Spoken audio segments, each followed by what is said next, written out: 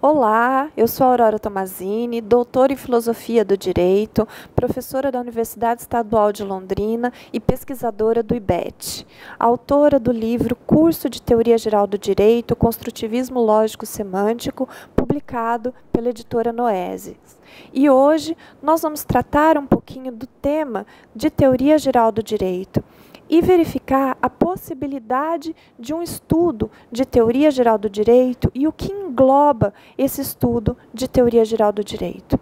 E para isso, são necessárias 3 perguntas básicas, que eu costumo dizer que são as perguntas basilares para um estudo de teoria geral do direito. E são elas: o que é uma teoria? O que é uma teoria do direito? E o que é uma teoria geral do direito? Respondendo essas 3 perguntas, nós vamos também poder pensar na possibilidade de um estudo de teoria geral do direito. O que abrange esse estudo de teoria geral do direito? Hoje em dia, há muita crítica sobre a possibilidade de se estudar teoria geral do direito e da existência de um estudo de teoria geral do direito. Eu vejo alguns vídeos na internet, eu vejo alguns doutrinadores falando sobre isso, e essa ideia, inclusive, difundida no âmbito internacional, de que não existiria e não se poderia mais, hoje em dia, falar num estudo de teoria geral do direito, porque várias teorias olham para o direito de forma diferente, e que, por conta disso, não existiria uma única teoria do direito, mas várias teorias do direito.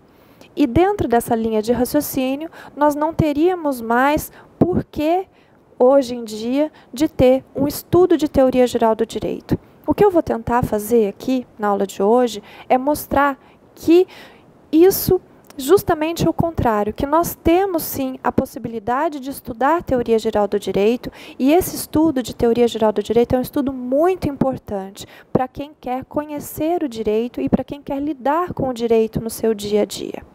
Bom, para entender melhor tudo isso, eu vou tentar começar do início, né? Nós vamos começar falando sobre a fenomenologia que envolve o direito e a diferença entre a realidade social, o direito positivo e a ciência do direito. Para quê? Para poder explicar qual o objeto de uma teoria do direito e, dentro desse contexto todo, o que é uma teoria do direito. Bom, nós partimos do pressuposto de que existe o plano da realidade social formado pela relação entre 2 sujeitos, ou seja, quando 2 sujeitos entram em relação, nasce a linguagem da realidade social. Antes da linguagem da realidade social, existe a linguagem da individualidade, que é a do sujeito para com ele mesmo. Essa linguagem não interessa para o direito. Então, na minha cabeça, para o direito, eu posso matar, eu posso roubar, eu posso fazer qualquer coisa, que o direito não se preocupa com o que passa internamente. O direito vai se preocupar quando a minha relação interferir na relação de uma outra pessoa, ou seja, quando nasce a linguagem da realidade social. Então, a linguagem da realidade social é aquela linguagem composta pelas relações intersubjetivas entre sujeitos diferentes. Bom, sobre a linguagem da realidade social, vem o legislador, e aqui eu estou utilizando a palavra legislador em sentido amplo, no sentido de todo aquele capaz de inserir normas no sistema.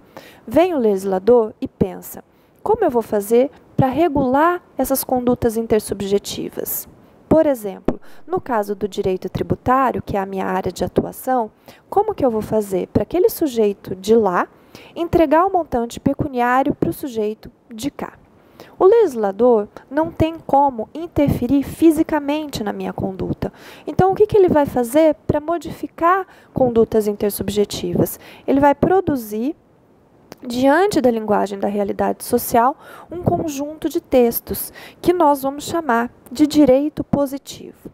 Assim, o nosso conceito de direito, a nossa definição do conceito de direito, se constitui como um conjunto de textos, uma linguagem produzida por uma autoridade competente que se volta para a realidade social com a finalidade de implementar certos valores nessa realidade social.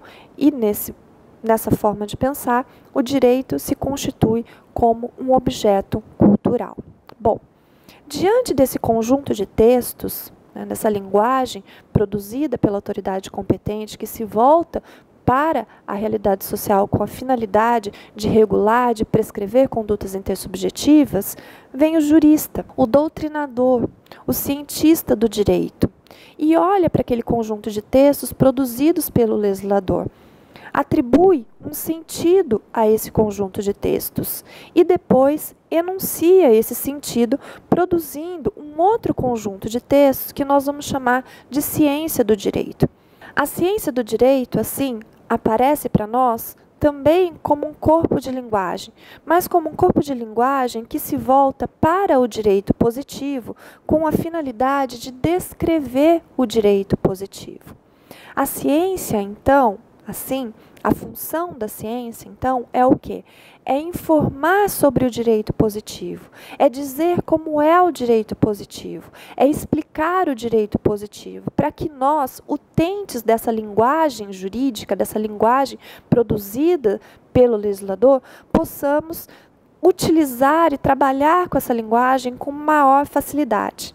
Esse é o objetivo da ciência, é explicar a linguagem do direito positivo para que nós possamos lidar melhor com essa linguagem. Eu digo que esse é o objetivo da ciência do direito, mas infelizmente o que nós vemos hoje é que a ciência do direito, ela traz mais complexidades para o estudo e para nós que vamos operar com a linguagem jurídica. Bom, mas o que eu quero delimitar aqui nesse primeiro ponto é o conceito de teoria. O que é uma teoria e o que é uma teoria do direito?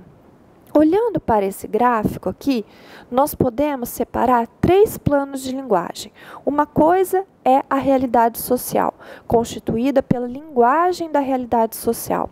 Outra coisa é o direito positivo, enquanto conjunto de textos produzidos por uma autoridade competente que se volta para o plano da realidade social com a finalidade de prescrever condutas intersubjetivas. E outra coisa, a ciência do direito, como um corpo de linguagem descritiva, informativa e explicativa com relação ao direito positivo. Assim, nós podemos, então, definir uma teoria como sendo o conjunto de proposições informativas, logicamente estruturadas e elaboradas em razão de um método que nos possibilita identificar e conhecer determinada realidade. A teoria existe, toda teoria existe para conhecer uma determinada realidade. E uma teoria do direito? Uma teoria do direito existe para conhecer o direito, para conhecer cientificamente o direito. Conhecer cientificamente significa o quê? Que a teoria vai conhecer esse objeto de acordo com um método próprio e de acordo com uma estruturação muito bem amarrada da sua linguagem. Então, uma teoria do direito existe para explicar cientificamente o direito, reduzindo suas complexidades para que seus utentes possam operá-lo com maior facilidade. Uma teoria do direito, assim, toma como objeto o direito positivo. No entanto, algumas confusões são feitas, principalmente por aqueles que produzem ciência do direito com relação ao objeto.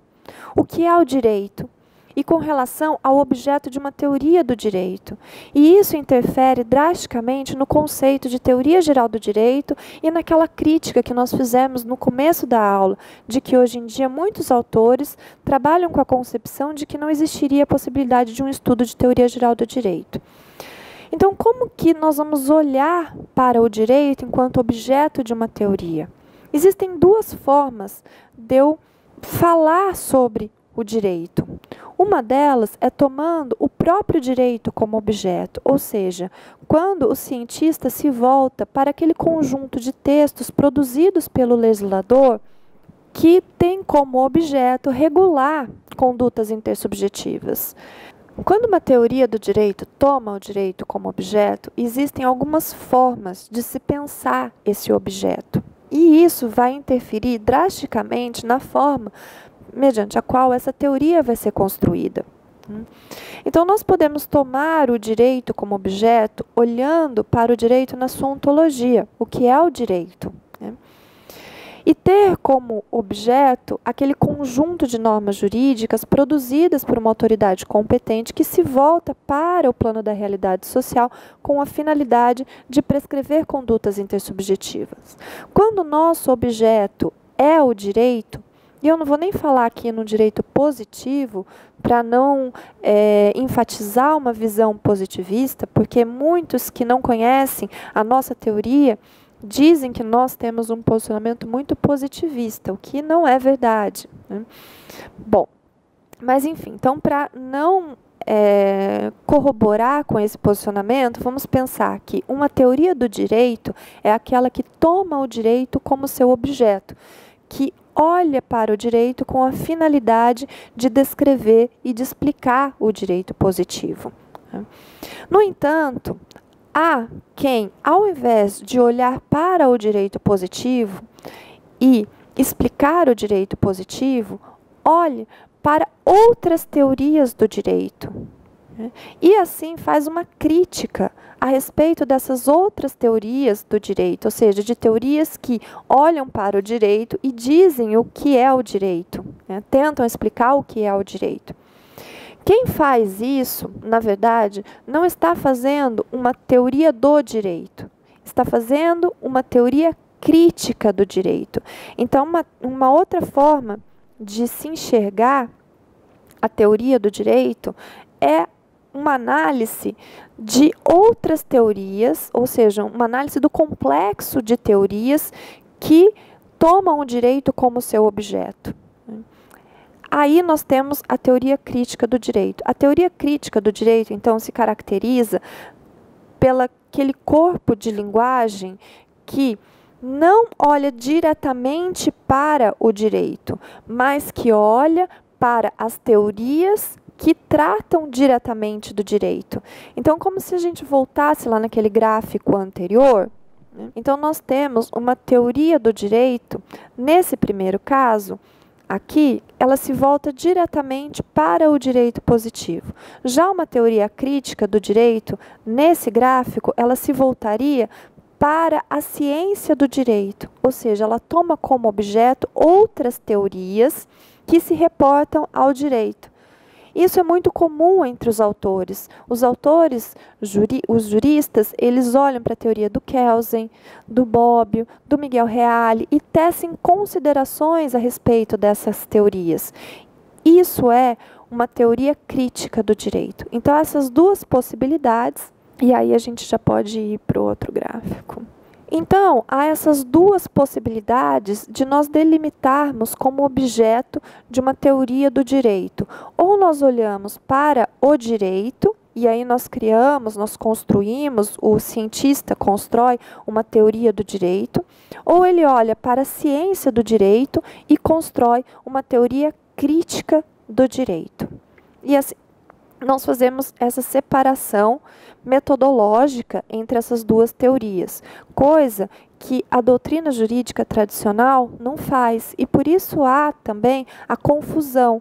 Muitos autores acham que um estudo de teoria geral do direito engloba essas duas análises, tanto uma teoria do direito quanto uma teoria crítica do direito. E isso é verdade. Eu posso trabalhar com uma teoria geral do direito, trabalhando também com uma teoria do direito e uma teoria crítica do direito. No entanto, há uma análise diferenciada que nós vamos chamar de teoria geral do direito.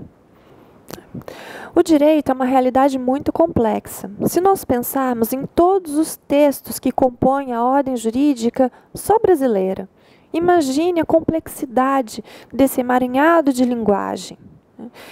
Então, para estudar tudo isso, a ciência, como a ciência visa reduzir as complexidades desse conjunto de normas jurídicas válidas no dado país, é preciso que a ciência faça recortes sobre o seu objeto. E aí, então, nós podemos falar em duas formas diferentes de se estudar o direito. A primeira delas dá especificidade ao objeto, e a segunda delas fica na generalidade, no conceito de generalidade do direito. Dada a sua complexidade, o cientista pode retalhar a linguagem jurídica em diversos segmentos, tendo em conta um fator comum, ou estudar conceitos que se repetem em cada um desses segmentos específicos. Qual é a diferença? É que, quando ele retalha a linguagem jurídica elegendo um fator comum, ele dá especificidade ao seu conhecimento. E com isso, metodologicamente, o cientista vai criando o que nós chamamos de ramos do direito. Então, ele separa, por exemplo, ele faz um recorte metodológico em todo o direito e fala, eu vou estudar só um pedacinho. Ele elege, por exemplo, eu vou estudar as normas que estão na Constituição Federal.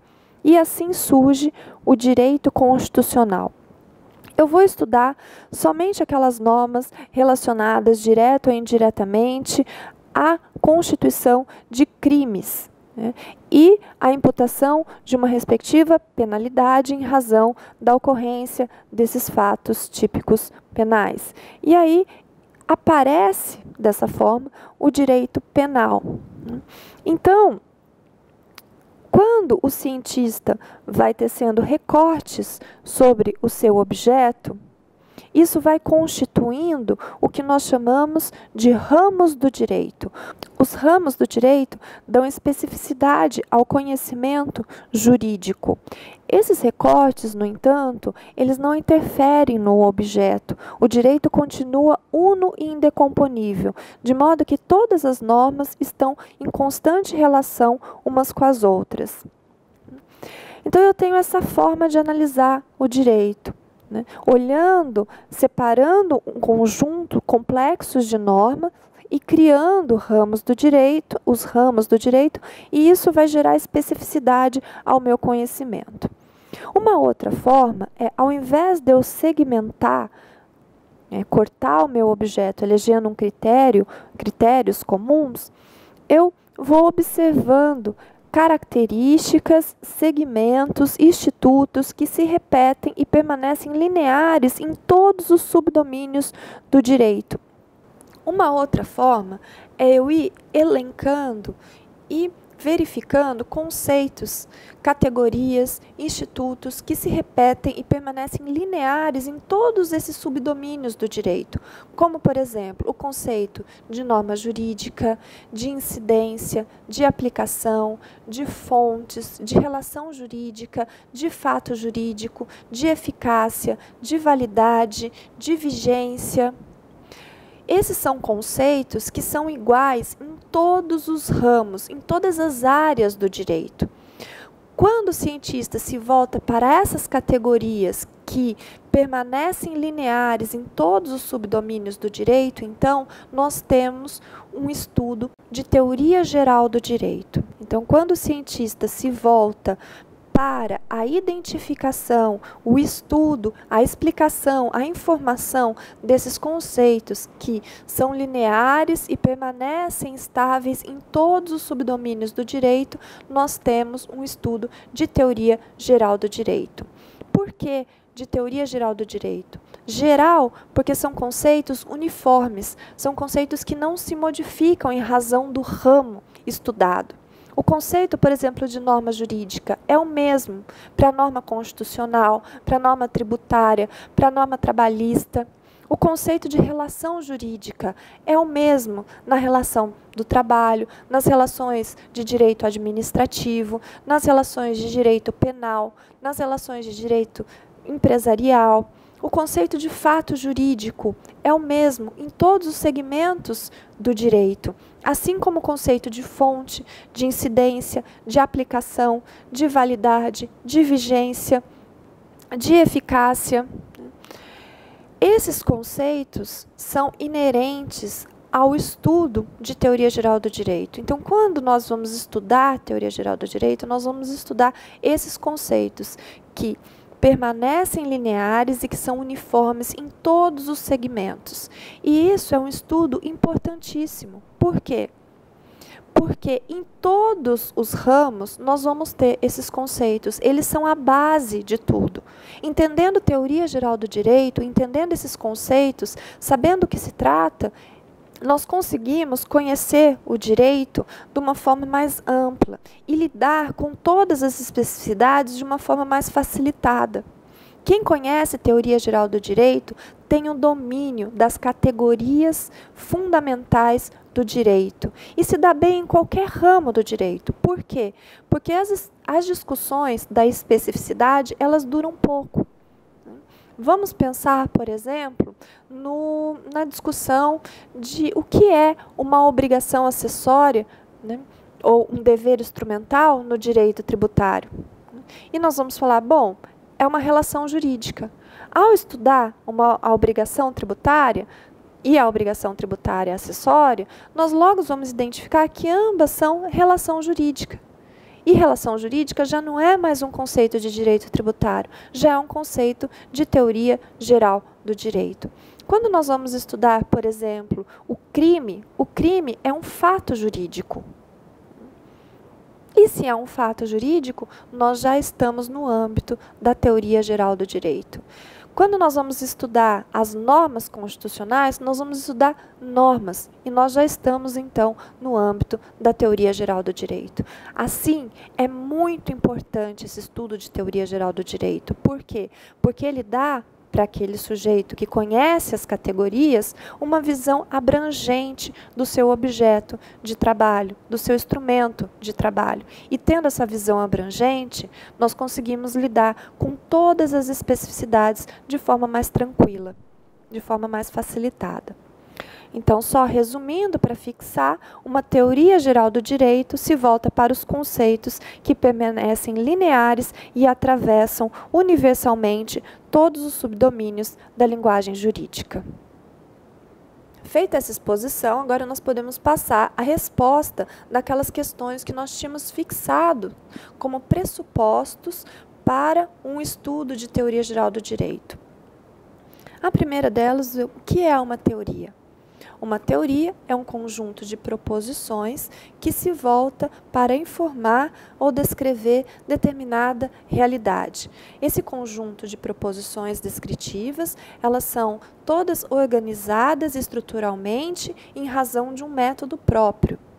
Mas o objeto da ciência, da teoria, é o quê? É se voltar para uma determinada realidade com uma finalidade explicativa, informativa a respeito dessa realidade. E o que é uma teoria do direito? Uma teoria do direito é aquela teoria que toma o direito como objeto. É um conjunto de proposições informativas, descritivas, que toma o direito como seu objeto. E uma teoria geral do direito? Uma teoria geral do direito é aquela que se volta para as categorias que se repetem e permanecem lineares em todos os subdomínios do direito.